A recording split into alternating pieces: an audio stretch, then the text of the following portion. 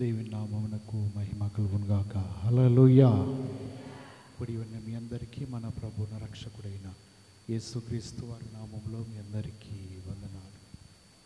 దేవుడి గత దినములన్నీ నన్ను నా కుటుంబాన్ని సంఘాలను కాపాడి సజీవుల గురించి ఈ 12వ నెల మొదటి దినమున దేవుడు ఈ విధంగా ఆయన తన సన్నిధిలో నిలబెట్టి ఉన్నాడు. దేవునికి మహిమ కలుగునుగాక. హల్లెలూయా. దేవుని వాక్యములకు వెళదాం. ప్రతి ఒక్కరూ లేఖనాలు తెరిచినట్లయితే హెబ్రీయులకు రాసిన పత్రిక 13వ అధ్యాయము, హెబ్రీయులకు రాసిన పత్రిక 13వ అధ్యాయం 12వ వచనాన్ని చదువుదాం. కావున యేసు కూడా తన స్వరక్తము చేత ప్రజలను పరిశుద్ధపరచుటకై గవిని వెలుపట శ్రమ పొందేను. మనం చదివిన మాట హెబ్రీయులకు రాసిన పత్రిక 13వ అధ్యాయం 12వ వచనం. కావున యేసు కూడా తన స్వరక్తము చేత ప్రజలను పరిశుద్ధపరచుటకై గవిని వెలుపట శ్రమ పొందేను. ఈరోజు మనం నేర్చుకునే మాట ఏంటిదంటే గవిని. ఏంటిదంట చెప్పాలందరూ కూడా, ఏంటిది? గవిని. ఈ మాట ద్వారా దేవుడు మనందరితో మాట్లాడునుగాక. అపోస్తలుడైన పౌలు ఈ మాటను తెలియపరచడానికి కారణం ఏంటిది? ఎవరు గవిని దాటి వెలుపటకు వచ్చారు అని రాయబడిన మాట మనం చూద్దాం. మొట్టమొదటిగా గవిని అనగా దాని అర్థం ఏంటిదంటే ద్వారము లేదా గుమ్మము, లేకపోతే తలుపులు, గేట్లు, ఇవన్నీ కూడా గవిని క్రిందకే వస్తాయి. మొన్న ఈ మధ్యన మనం శుక్రవారం నేర్చుకున్నాం. ఏంటిది? ప్రాకారము. ప్రాకారానికి ఏముండాలి? ఇప్పుడు గవిని ఉంటే కానీ అది పూర్తవదు. కాబట్టి గవిని దేని కొరకంటే పాత నిబంధన గ్రంథ కాలంలో అయితే సాయంత్రం చీకటబడుతున్న వేళ గవిని ద్వారము ఊరి బయట మూయబడుతుంది. ప్రతి ఊరికి కూడా, ప్రతి పట్టణానికి, ప్రతి ప్రాంతానికి ఊరి చివర గవిని అని ఒకటి ఉంటుంది. దానికి ద్వారాలు ఉంటాయి, దానికి గేట్లు ఉంటాయి, తలుపులు ఉంటాయి. కావలి వారు కూడా ఆ లోపల కావలి కాస్తూ ఉంటారు. ఈ సమయం నుంచి మరల ఈ సమయం వరకు ఎవరు లోపలికి రాకూడదు, లోపల వారు బయటికి వెళ్ళకూడదు. ఇది పాత నిబంధన గ్రంథంలో ఉన్న సిద్ధాంతము, పద్ధతి. ప్రతి ఊరికి కూడా గవిని ఉంటుంది. ఎందుకంటే ఈ రోజుల్లో అంటే గవిని అని ఏమి లేదు, ఒక పొలిమేరనో లేకపోతే ఒక బోర్డు కనపడుతుంది, స్వాగతమనో సుస్వాగతమని ఏదో బోర్డులు ఉంటాయి. కానీ పాత నిబంధన ధర్మశాస్త్ర గ్రంథములు అయితే గవిని ఉంటుందండి. ఆ ద్వారములు సాయంత్రకాల సమయంలో చీకటబడుతున్న వేళ మూసివేస్తారు. ఇక బయట ఉన్నవారు అటే నిలిచి ఉండాలి, లోపల వారు లోపలే ఉండాలి. ఊరిలో ఎవరు అనవసరంగా బయటికి లోపలికి తిరగటానికి కుదరదు. ఆ గవిని తలుపులు, ద్వారములు మూయబడతాయి. మరలా తెరిచే వరకు కూడా బయటికి వెళ్ళకూడదు. ఇది సిద్ధాంతము. దీనిని గవిని అంటారు. ఈ క్రొత్త నిబంధనకు వచ్చేసరికి మనం చదివిన మాటను ఒకసారి అర్థం చేసుకుంటే, యేసు ప్రభు తన స్వరక్తము చేత మనలను ఏం చేయటానికంట? పరిశుభ్రపరచడానికి ఆయన గవిని వెలుపటికి వచ్చాడంట. దేవుని పరలోక రాజ్యానికి ఒక గవిని ఉంటుంది, ఒక తలుపు ఉంటుంది, ఒక ద్వారం ఉంటుంది. దానిలోంచి ప్రవేశిస్తే లోపలికి వెళతాం పరలోక రాజ్యంలోకి. అక్కడికి వెళ్ళాలి అంటే, ఒక గవిని దాటుకుని పోవాలి అంటే మన జీవితంలో ఎలా జీవించాలో, ఏ విధంగా ఉండాలో, ఏ విధంగా భక్తి చేయాలో, ఎలాగ నడుచుకోవాలో మాటలన్నింటిని కూడా మన కొరకు బైబిల్ గ్రంథంలో రాసి ఉంచాడు. ఆ మాటలన్నీ చదివి వాటి ప్రకారం చేస్తూ నడిచిన వారందరూ కూడా పరలోక రాజ్యంలో ఒక గవిని, ఒక ద్వారం ఉన్నది. దానిని దాటుకుని లోపలికి వెళ్ళే అవకాశం ఉంటుంది. యేసు ప్రభువారు గవిని దాటడం అంటే దేవుని రాజ్యమును విడిచిపెట్టి, ఆ ద్వారమును విడిచిపెట్టి, ఆ మార్గమును విడిచిపెట్టి ప్రజల కొరకై రక్తము చేత పరిశుభ్రపరచడానికి ఆ గవిని విడిచిపెట్టి బయటికి వచ్చాడు. హల్లెలూయా. ఆయన వెలుపట్టుకు రావటం అంటే దేవుని రాజ్యం వదిలివేశాడు, సింహాసనాన్ని విడిచిపెట్టాడు, దోతల చేత పగడబడుతున్న విధానం విడిచిపెట్టేశాడు. అన్నీ కూడా విడిచిపెట్టి స్వరక్తము చేత అనేక మంది పాపములోనూ, అనేక మంది కఠినమైన బాధల్లోనూ, అనేక మంది శ్రమల చేత పట్టబడుతున్న వారందరినీ కూడా విడిపించడానికి, తన రక్తం ఇచ్చి రక్షించడానికి నీతిమంతుని రక్తం అవసరమని గ్రహించిన యేసు ప్రభువారు ఏం చేశారంటే ఆ గవిని విడిచిపెట్టి బయటికి వచ్చి భూలోకములో ప్రజలందరి కోసం తన రక్తాన్ని ఇస్తున్నాడు. అప్పటికి అనేక మంది గవిని బయట ఉండిపోయారు. ఎవరు కూడా లోనికి ప్రవేశించడానికి అవకాశం లేదు. యేసు ప్రభువారు అది గ్రహించి ప్రజలందరి కోసమని ప్రాణం పెట్టి రక్తమును అర్పించి, ఆ రక్తము ద్వారా మనుషులందరినీ పరిశుభ్రపరిచి, ఆ తదుపరి గవిని బయట చాలామంది కూడా సాతానిక బంధకాల్లో ఉండిపోయారు, అపవాదిక చెరలో ఉండిపోయారు. అటువంటి వారి కోసమని యేసు ప్రభువారు పాతాళానికి వెళ్ళిపోయాడు.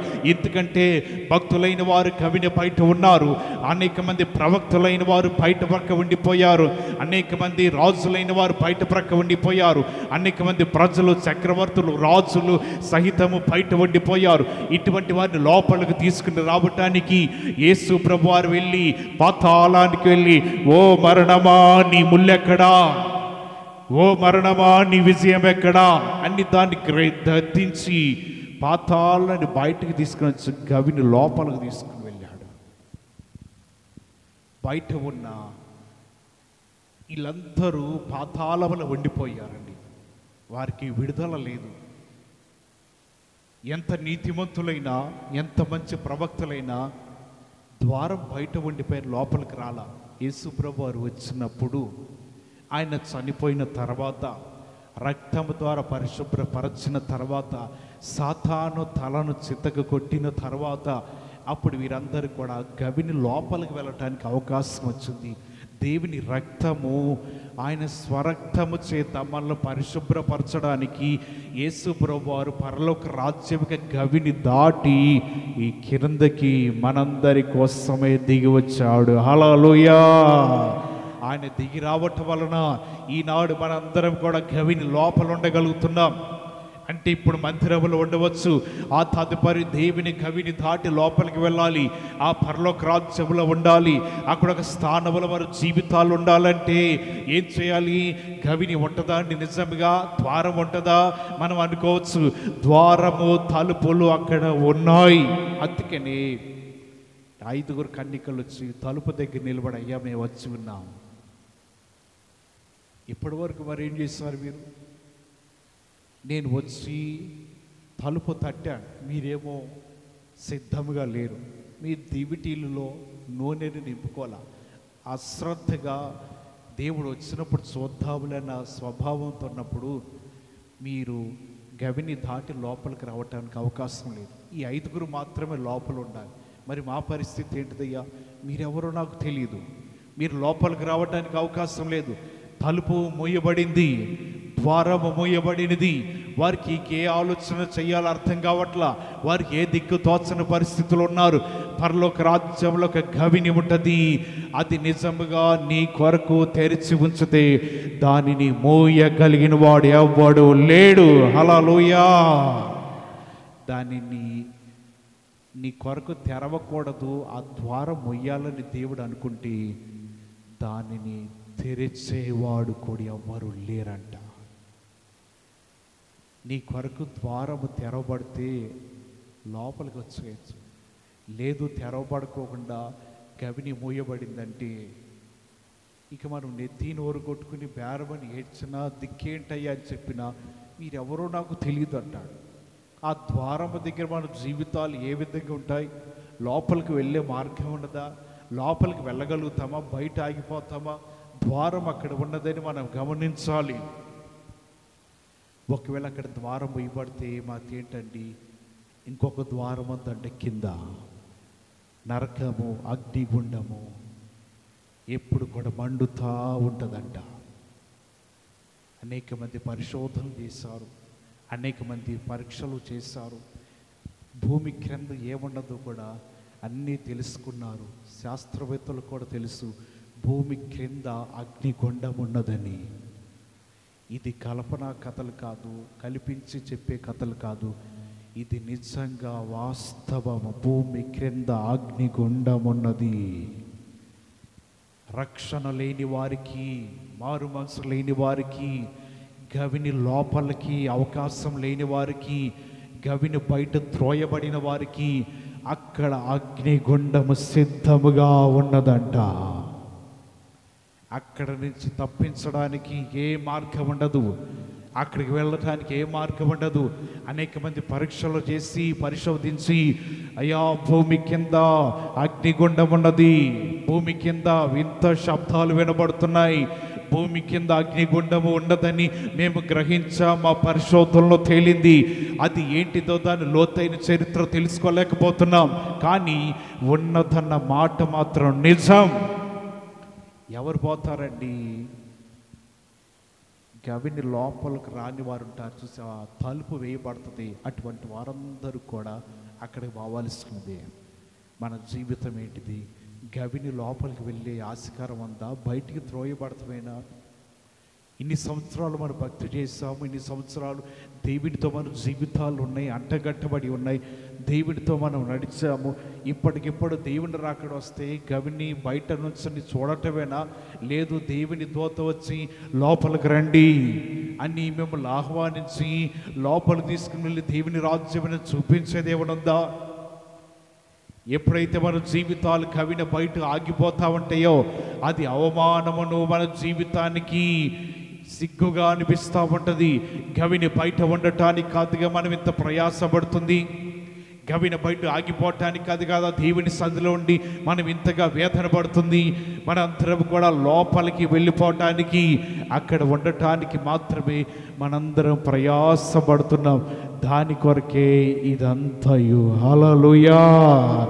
అక్కడ ఆగిపోతే మన మాట, మన స్వరము, మన రోదన విండేవారు కూడా ఉండరండి. గవిని బయట ఆగిపోకూడదు, దేవుని గవినిలోకి రావాలి. యాకోబు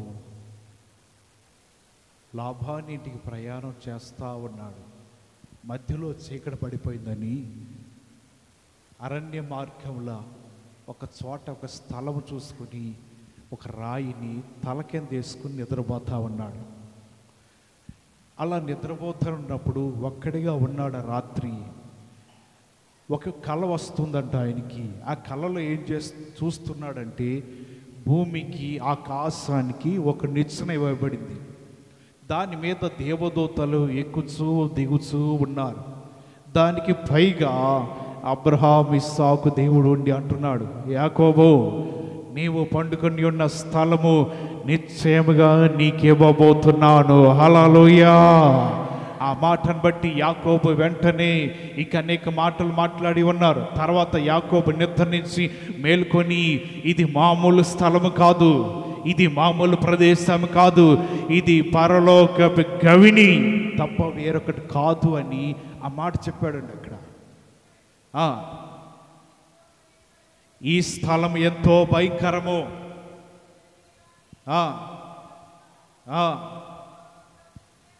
పరలోకపు గవిని ఇదే అనుకుంటున్నాడు యాకోబు. ఏమేమి చూశాడు? దేవదూతను చూస్తూ ఉన్నాడు, దేవుని స్వరం వింటున్నాడు. ఈ రెండు విషయాలు చూడగానే యాకోబుకి అర్థమైంది, ఇటువంటి సంఘటన లోకంలో ఎన్నడూ మనం చూడలేదు, ఎన్నడూ ప్రజల మధ్యన జరిగినది కాదు, ఎన్నడూ కూడా ప్రజల ద్వారా ఇటువంటి దేవదూతలు ఎక్కటము దిగటము, లేకపోతే ఈ ఆకాశం నుంచి గొప్ప స్వరం రాబట్టము, నలుదిక్కులు చూపించి యాకోబు నీకును నీ సంతానమునికి ఈ భూభాగములు ఇవ్వబోతున్నానన్న మాటలు ఎక్కడ వినలేదు కదా. అంటే ఇదేమై ఉంటుంది? పరలోకపు గవిని అని యాకోబు గ్రహించి ఆ తల కింద వేసుకున్న రాయిని తీసి నిలబెట్టి దాని మీద నూనె పోసి దేవుని మందిరముగా ప్రతిష్ఠత చేశాడు. దేవుని దూతలను, దేవుని స్వరంని వింటే పరలోక గవిని అన్నాడు. మరి లోపలికి వెళ్తే అండి, కలలో చూసిన యాకోబే పరలోక గవిని అంటే నిజముగా గవినిలోకి మనం అడుగుపెట్టి ఆ ద్వారము గుమ్మము దాటి లోపలికి వెళితే ఇంకా లోపల ఎలా ఉంటుందో. యాకోబు భూలోకంలో ఉండి కలలో చూసే మాటలు మాట్లాడుతున్నాడు. ఇది ఎంతో భయంకరమైన స్థలము. రాత్రి నేను చూసిన కళలు ఈ విధంగా కనబడుతున్నాయి దేవదూతలు. వాటికంటే పైగా దేవుడు ఉండి నాతో మాట్లాడుతున్నాడు. భయపడవద్దు, నేను నీకు తోడుగా ఉంటానంటున్నాడు. ఇటువంటి మాటలు బట్టి యాకోబు అంటున్నాడు కదా, ఇది వేరొక స్థలము కాదు కానీ పరలోకపు గవిని ఇక్కడే దిగుతున్నట్లుగా కనబడుతుంది. హల్లెలూయా. దేవుని మాటలు ఆలకిస్తున్నా మనము. పరలోకపు గవిని ఎంతో విలువైనదండి. ఆ గవిని మనము దాటి లోపలికి వెళితే మనల్ని ఆపగలిగిన వారు ఎవ్వరు ఉండరు. ఒకవేళ అక్కడ ఆపివేయబడ్డామనుకోండి, లోనికి తీసుకొచ్చే వారు కూడా ఎవరు ఉండరంట. 5గురిని దేవుడు అంటున్నాడు, మీరు వెళ్ళిపోండి, ఇంకా మీరు లోపల ఉండటానికి అవకాశం లేదు. తలుపు వేయబడింది. ఆయన చెప్తూ ఉన్నాడు, అయ్యా ప్రజలారా మీరందరూ జాగ్రత్తగా ఆలకించండి. ఇంకా కొద్ది నెలల్లో భూమి మీదకి జలప్రలయం రాబోతుంది. మీ ప్రాణములు కాపాడుకోండి అంటే ఒక్కడిలా ఆయన అట్టాగా చెప్తా ఉంటాలే, ఏదో మాటలు మాట్లాడుతూ ఉంటాలే అని వారందరూ ఏదో పెడచెవిని పెట్టి ఆలకించలేదు. నోవాహు తన కుటుంబం ఓడలో ప్రవేశించారు. దేవుడు తలుపు వేసేశాడు. ఆ తర్వాత అక్కడ జలప్రలయము ప్రారంభించబడే దినములు ఆసన్నమైనది. ఆకాశ తూములు ఇవ్వబడ్డాయి. ప్రచండమైన వర్షం భూమి మీద పడుతూ ఉన్నది. నిదానముగా వరదంతా పెరుగుతూ ఉన్నది. అయ్యా నోవాహు, తలుపులు తీ, మేము మునిగిపోతున్నాం. నోవాహు, ద్వారములు తెరవయ్యా, మేము మునిగిపోతున్నాం. ఈ తలుపు వేసింది నేను కాదు, దేవుడే.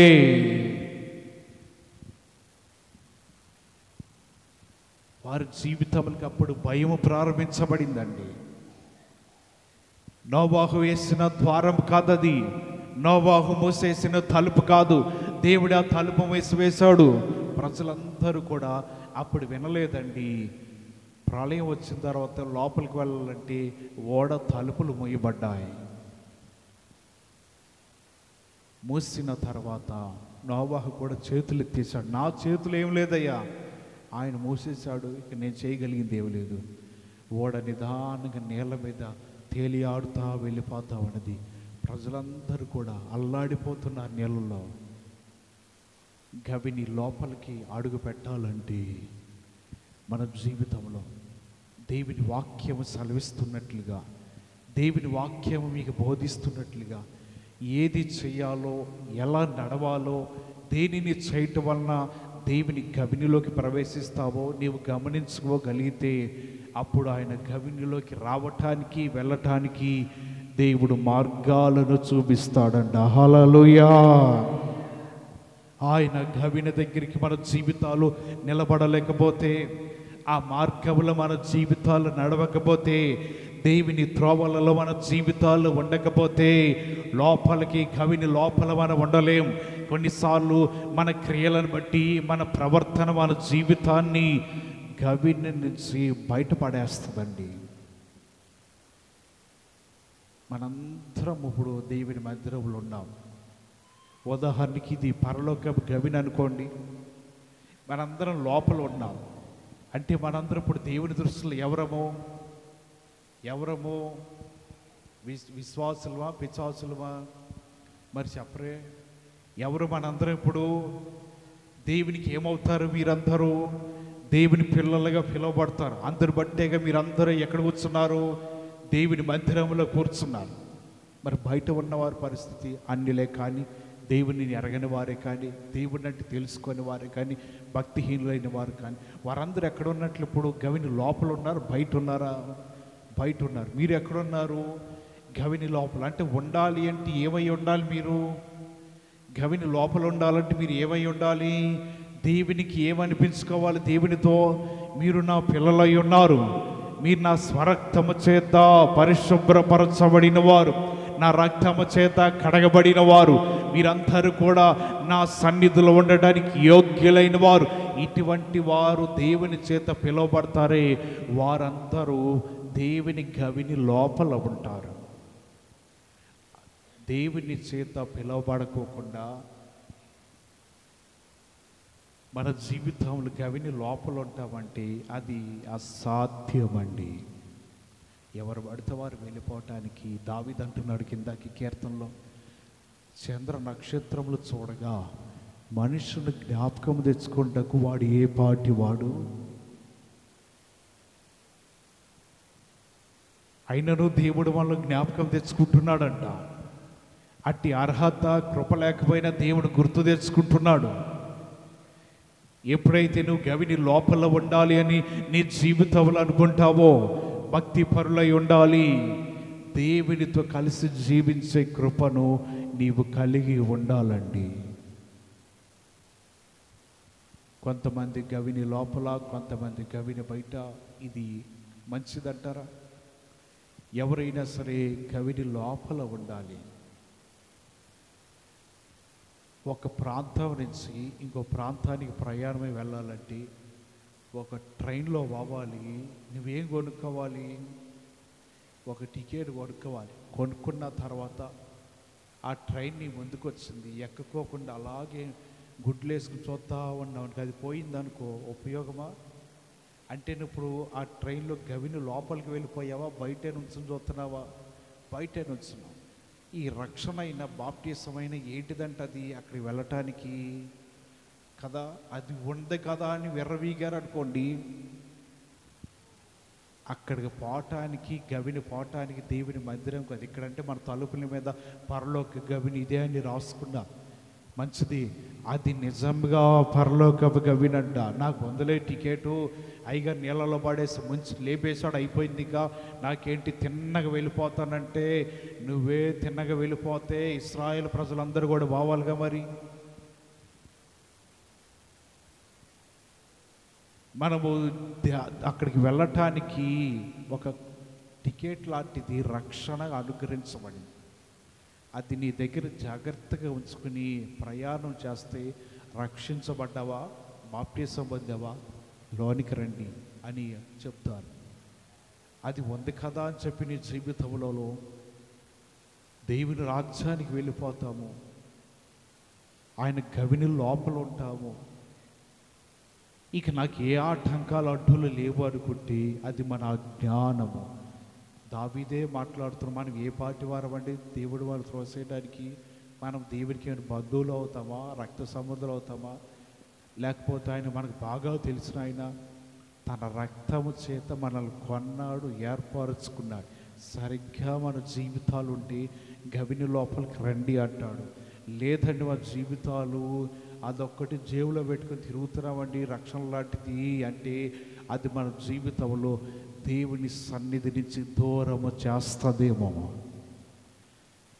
గవిని లోపల ఉన్నామో, గవిని వెలుపట్టుకున్నామో దేవుని వాక్యం ద్వారా మనం నేర్చుకోవాలి. హల్లెలూయా.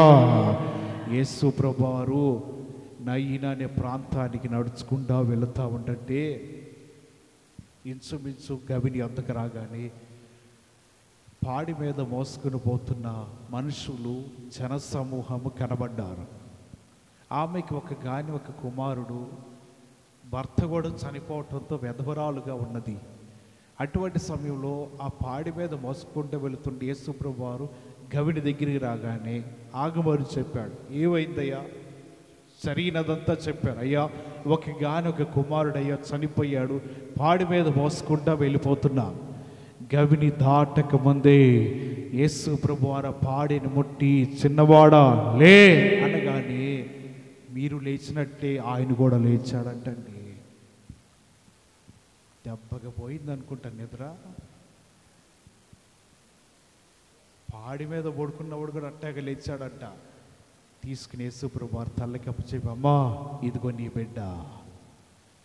గవిని దాటక ముందే, గవిని దాటి సమాధిలోకి పెట్టముందే గవిని దాటి పాతాళంలో పెట్టకముందే, గవిని దాటి అపవాది బంధకములకు వెళ్ళకముందే యేసు ప్రభువు ఆపి అతన్ని బ్రతికించాడు. హల్లెలూయా. దేవుని మందిరంలో అద్భుతాలు ఉన్నాయి. దేవుని మందిరంలో కార్యములు చేస్తాడు. దేవుడు వారి ప్రార్థనలు, విజ్ఞాపనలు ఆలకిస్తూ ఉంటాడు. ఈ గవిని దాటి మనం లోకంలో పడి వెళ్ళినా, లోకంలో సంచరించినా, లోకం వైపు తిరిగినా అద్భుతాలు జరుగుతాయో లేదో, కానీ దేవుని మందిరం నుండి ఎవరైతే ఆయనను అడుగుతారో, గవిని దాటకముందే, అది దాటితే ఏమవుతుందండి? యేసుప్రభు వారు ఇంచుమించు అక్కడ దాకా వచ్చేసాడు. దాటకోకుండానే చనిపోయిన వ్యక్తిని బ్రతికించాడంట. దేవుని యొక్క గవినిలో, అది పరలోక గవిని, ఇది ప్రార్థన గవిని. ఇక్కడ మన జీవితాలు ప్రార్థనతో ఆయన సన్నిధిలో గడిపితే, ఇక్కడ నుంచి మన జీవితాలు ముగించబడిన తర్వాత అక్కడ పోగలం. అక్కడ ఉన్నది పరలోక అసలైన గవిని, ద్వారము, మార్గము, తలుపులు, లోపలికి మనం వెళ్ళగలం. ఒక మనిషి ఈ లోకముని విడిచేయాడంటే ఇక్కడ నుంచి మరొక దానిలో ప్రవేశిస్తాడు. బ్రతికున్న మనిషి వెళ్ళాలి అంటే ఇక్కడ నుంచి నాసా పోయి అక్కడ నుంచి ఒక 50-60 లక్షలు ఖర్చు పెట్టుకుని రాకెట్ ఎక్కి పైకి వెళ్తే చంద్రమండలాన్ని తీసుకుపోతాం. ఆస్తులన్నీ అమ్ముకుంటే ప్రాణం పోతే పైసా ఖర్చు లేకుండా ఒక గ్రహంలో నుంచి ఇంకో గ్రహంలోకి మార్చబడతామండి. ఇక్కడ నుంచి ఆ గవినిలోకి ప్రవేశిస్తాం.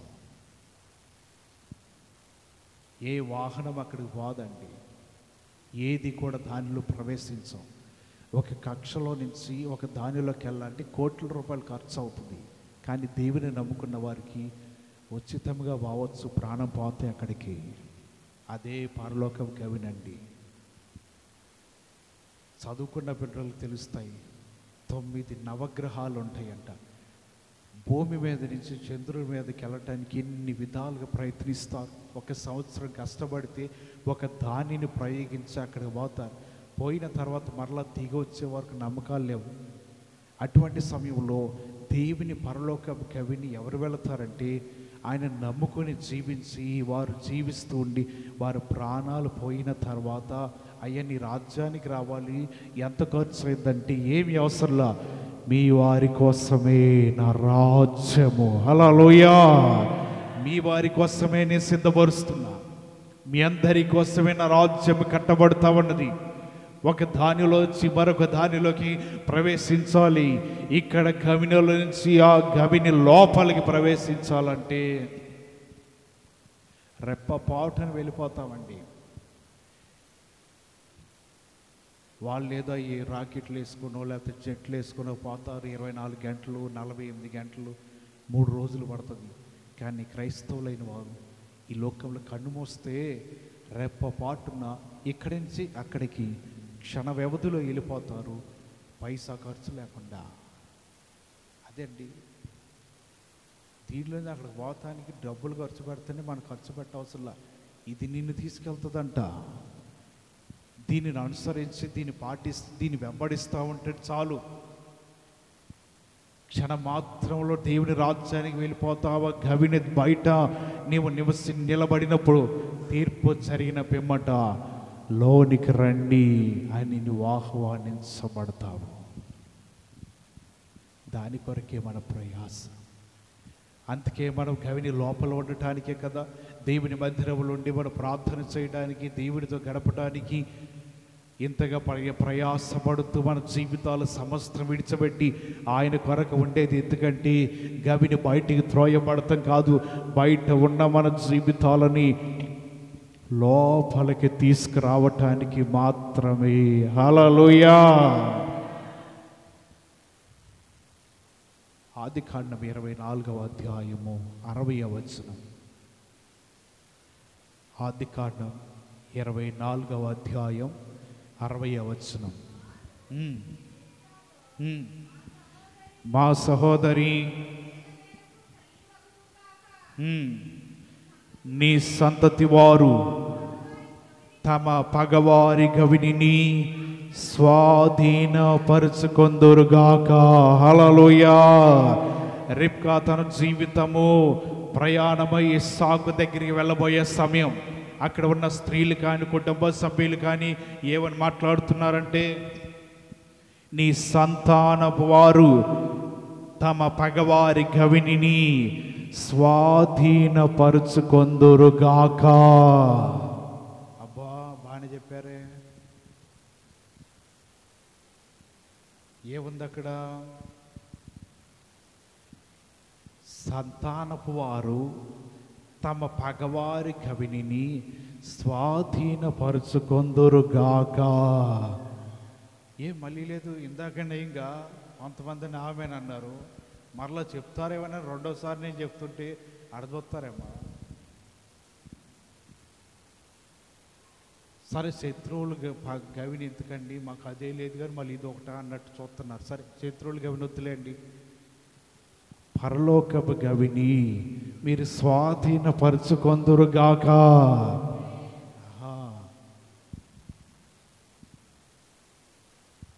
దానిని స్వాధీనపరుచుకోవాలంటే దేవుడు ముందుగా యేసుప్రభువారొచ్చి స్వరక్తముతో మన పరిశుభ్రపరిచి ఆ గవిని విడిచిపెట్టి వచ్చేసాడండి. విడిచిపెట్టి ఉండలేక, జీవించలేక, నివసించలేక కాదు, విలువైన రాజ్యము సింహాసనం మీద కూర్చుండి సృష్టి యావత్తంతి చూస్తూ ఉండవలసిన యేసుప్రభువారు గవిని వెలుపటికి వచ్చేసి తన స్వరక్తమిచ్చి మళ్ళందరినీ కూడా నీతిమంతులుగా తీర్చాడు. హల్లెలూయా. మళ్ళందరినీ కూడా పరిశుద్ధులుగాను పవిత్రులుగాను ఆయన రాజ్యానికి వెళ్ళే కృపను దేవుడు అనుగ్రహించి ఉన్నాడు. అందుని బట్టి దేవుని లేఖనాల నుంచి మనము నేర్చుకోవాల్సిన ఏంటిదంటే, ఆయన గవిని యొద్దకు వెళ్ళాలి అంటే రిబ్కాను అక్కడున్న ప్రజలందరూ దీవిస్తున్నారు, నీ సంతానపు వారు పగవారి గవిని స్వాధీనపరుచుకుంటారు. అది పాత నిబంధన. మరి క్రొత్త నిబంధన ఏంటిదండి? మన సంతాన వారు పరలోకపు గవిని స్వాధీనపరుచుకుంటే చాలు. ఇంతకంటే భాగ్యం ఏముంటుందండి దేవుని బిడ్డలకి? దీని కొరకు, ఘనత కొరకు మన జీవితాలు ఏం చేయాలంటే ప్రయాసపడ్డాలి. గవిని తలుపులు ఒకేద్దరికి అంట ప్రతిసారి గొడవ అవుతూ ఉండేదంట. ప్రతిసారి గొడవ అంటే పక్కనే ఉండేవాళ్ళు. ఒకళ్ళేమో ప్రార్థనకి పోయేవారు, ఇంకో ప్రార్థనకి వెళ్ళనివారు. ఇద్దరికి గొడవ. ప్రార్థన పోయావేమో అయ్యగారు గొడవలు పడవుతున్నాడు, ఏదైనా ఇంట్లోకి దూరిపోమన్నాడు గొడవలైతే అని చెప్తూ ఉండేవాళ్ళుగా. ఇక ఆమె గొడవలు ఎందుకులేని ప్రతిరోజు తగదవుతున్న సమయంలో తన కారణం లేకుండా ఇక లోపలికైనా వెళ్ళిపోయి తలుపులు వేసుకుని ఉండేది. ఇక మధ్యరాత్రి 12 దాటిన తర్వాత టైం పెట్టుకుని జాగ్రత్తగా మధ్యరాత్రి 12ంటికి లేచి ఏం చేసేదంటే ఆ పక్కన గేదెల దగ్గరికి వెళ్ళి అంత పేడ ఎత్తుకొచ్చి తలుపు మీద కొట్టేదంట. ఏం చేసేదండి? తలుపు మీద కొట్టేది. ఎవరు? దేవుని ఎరగని వ్యక్తి ప్రార్థనకి వెళ్ళే వారి ఇంటి మీద పేడ కొట్టేదంట ప్రతిరోజు. ఈమె ఉదయాన్నే లేచి ఒక డబ్బా నీళ్ళు, ఒక చీపురు తీసుకుని శుభ్రంగా కడుగేసేసి అదంతా శుద్ధి చేసుకునేది. మళ్ళీ ఆ పని ఆమె చేసుకునేది. ఇలాగ ప్రతిరోజు ఒక నెల రోజుల నుంచి ప్రతిరోజు ఆమె పడుకోగానే అర్ధరాత్రి లేచి చప్పుడు కాకుండా పేడ తీసుకురావటం, తలుపు మీద కొడతాం, తేవటం, కొడతాం, ఇదే పని. ఒకరోజు నెల రోజులు అయిపోయిన తర్వాత అమ్మంటది, ఏమ్మాయి రోజు పేడ కొడుతుంటే నీ కోపం రావట్లేదా? నువ్వేంటి కాముగా ఉంటున్నావు? ఎవరు కొడుతున్నారని ప్రశ్నించవేంటి? అసలు నీ పౌరుషము పట్టుదల ఏమి లేదా? ఏం మాట్లాడవేంటి అని ఈమె గట్టిగా అడిగితే ఆమె చెప్పిందంట, నువ్వు పేడ కొట్టావు, నేను ఉదయాన్నే లేచి ఆ చీపిరితోనూ నీళ్ళతో శుభ్రంగా కడిగేసుకుంటున్నా. కానీ కొట్టేదాన్ని మొదటిగా నీ చేతికి ఏమంటుతుందో తెలుసా? పేడ అట్టుతుంది.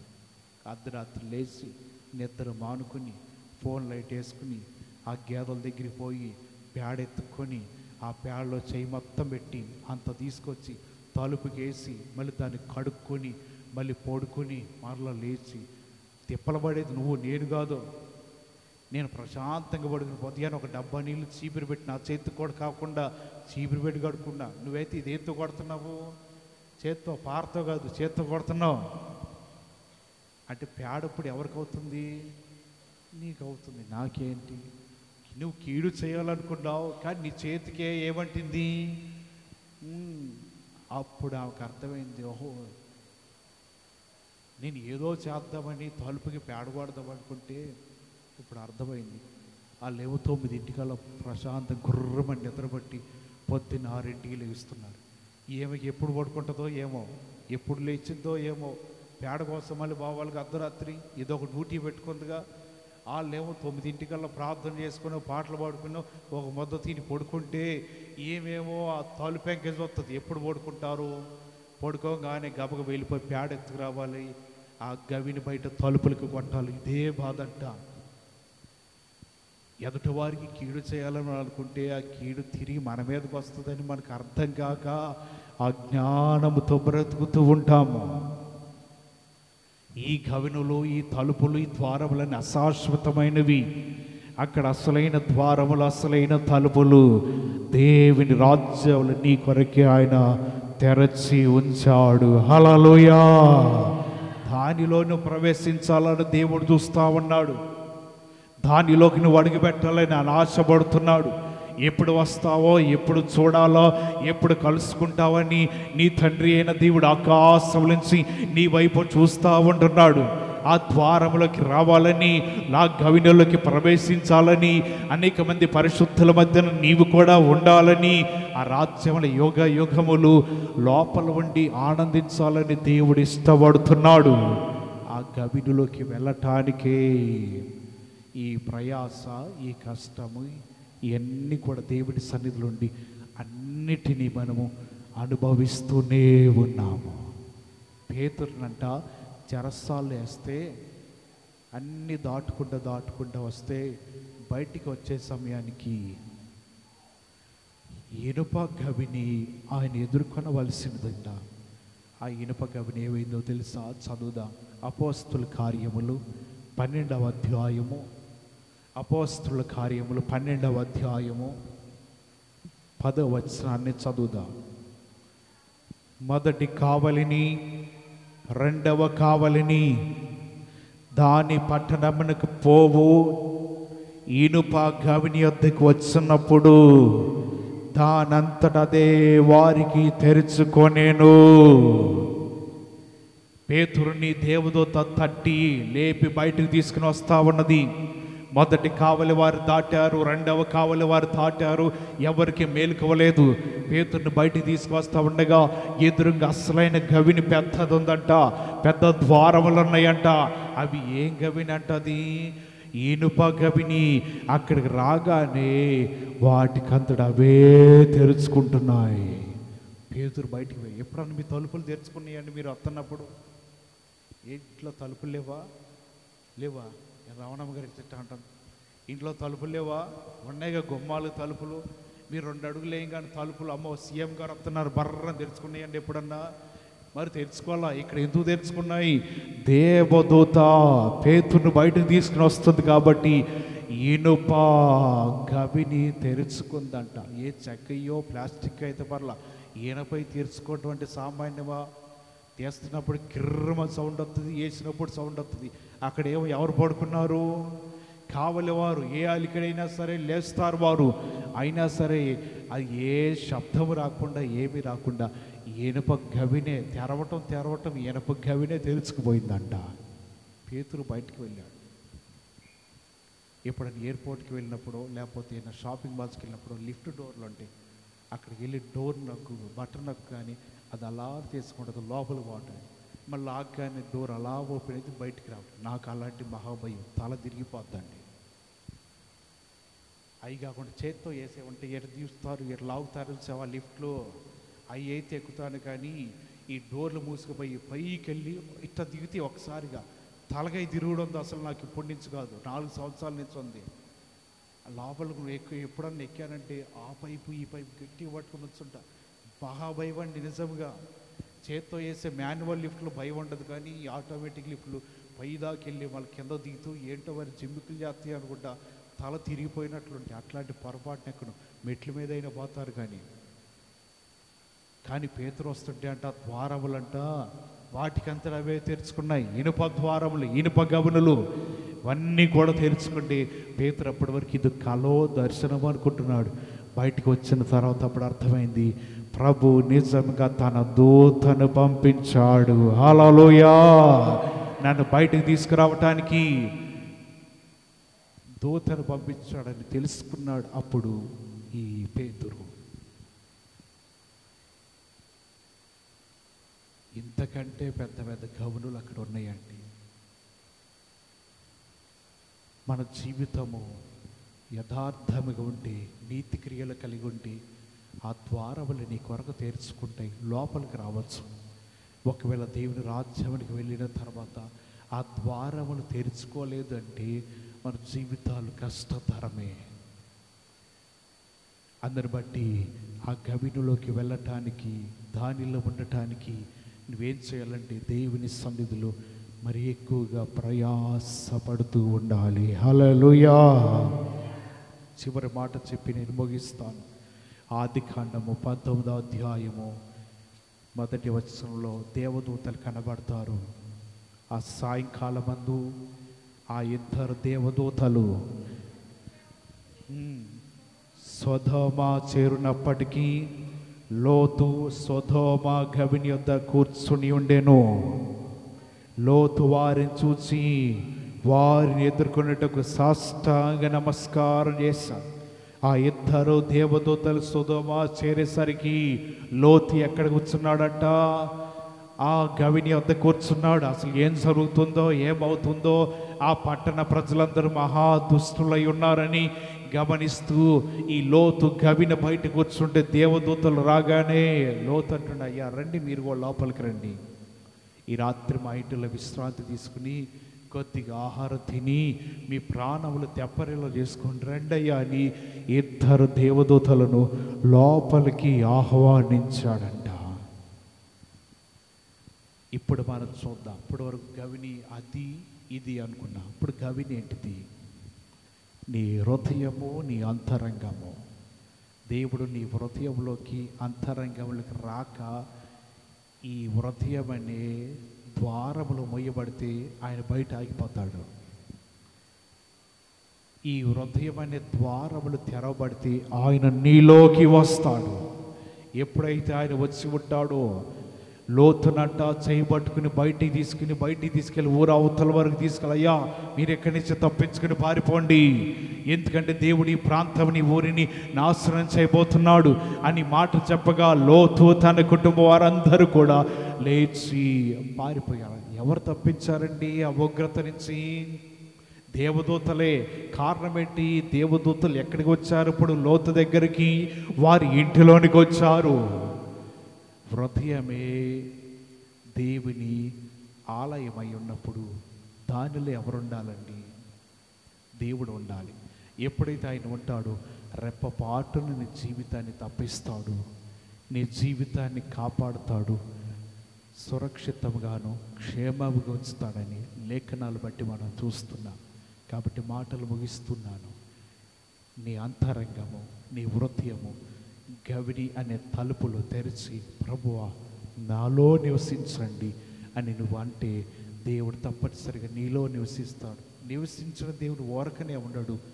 ఆపదలు వస్తున్నా తప్పిస్తాడు, బలహీనతలు వస్తున్నా కాపాడుతాడు, అపాయంలో వస్తున్నా తన హస్తము అడ్డుగా పెడతాడు. కారణం నీ అంతరంగంలో ఆయన ఉన్నాడు. ఈ కొద్ది మాటలు బట్టి దేవుడు మిమ్మల్ని బలపరుచును గాక. అందరూ తలలు వంచండి, ప్రార్థన చేసుకుందాం.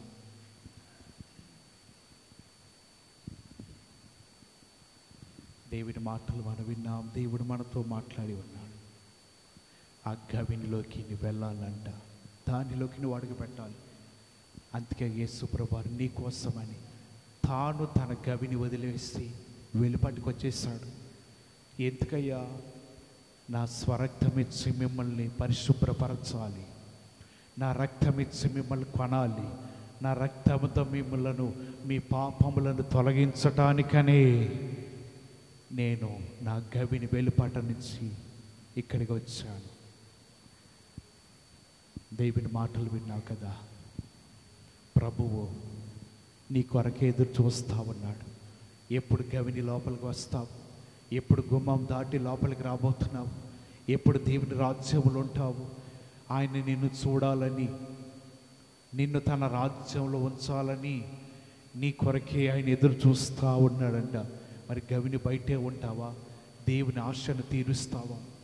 గవిని లోపలికి వస్తావా? దేవుని కొరకే జీవిస్తావా? ఒకసారి పరీక్షించుకో. ప్రభువా, మేము గవిని లోపల ఉంటామయ్యా. అందుకే ఈ భక్తి, అందుకే ఈ ప్రార్థన అంతా, అందుకే నీ సన్నిధిలో గడుపుతున్నాము. అందుకే ఈ కన్నీటి ప్రార్థన, ఈ విజ్ఞాపనలు అందుకొరకే కదా ప్రభువా.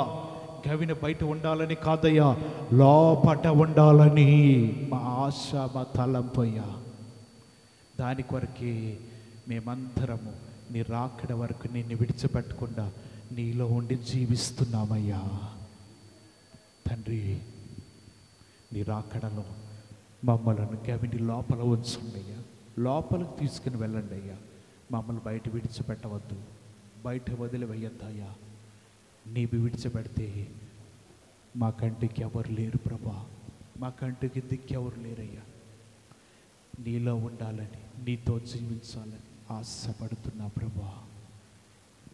స్తోత్ర. ప్రార్థన చేసుకుందాం. చెప్పబడిన మాటలు మనందరి జీవితాల్లో కూడా ఫలభరితంగా ఉన్నట్లుగా ఎవరైనా ఆత్మ చేత ప్రేరేపణ కలిగిన వారు ఒక్కరు ప్రార్థన చేయండి.